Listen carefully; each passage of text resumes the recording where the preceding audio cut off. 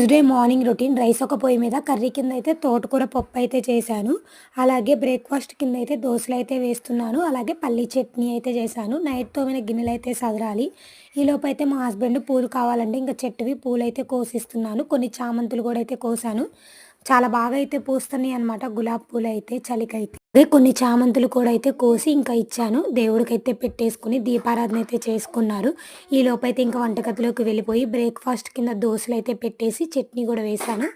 Rice, పప్పు, ఆవకాయ అలాగే పెరుగైతే పెట్టేసి ప్యాక్ చేశాను. మా హస్బెండ్ అయితే డ్యూటీకైతే వెళ్ళిపోయారు. పిల్లలు లేచి ఫ్రెష్ అయిపోయారనమాట. స్కూల్‌కైతే వెళ్తుంది.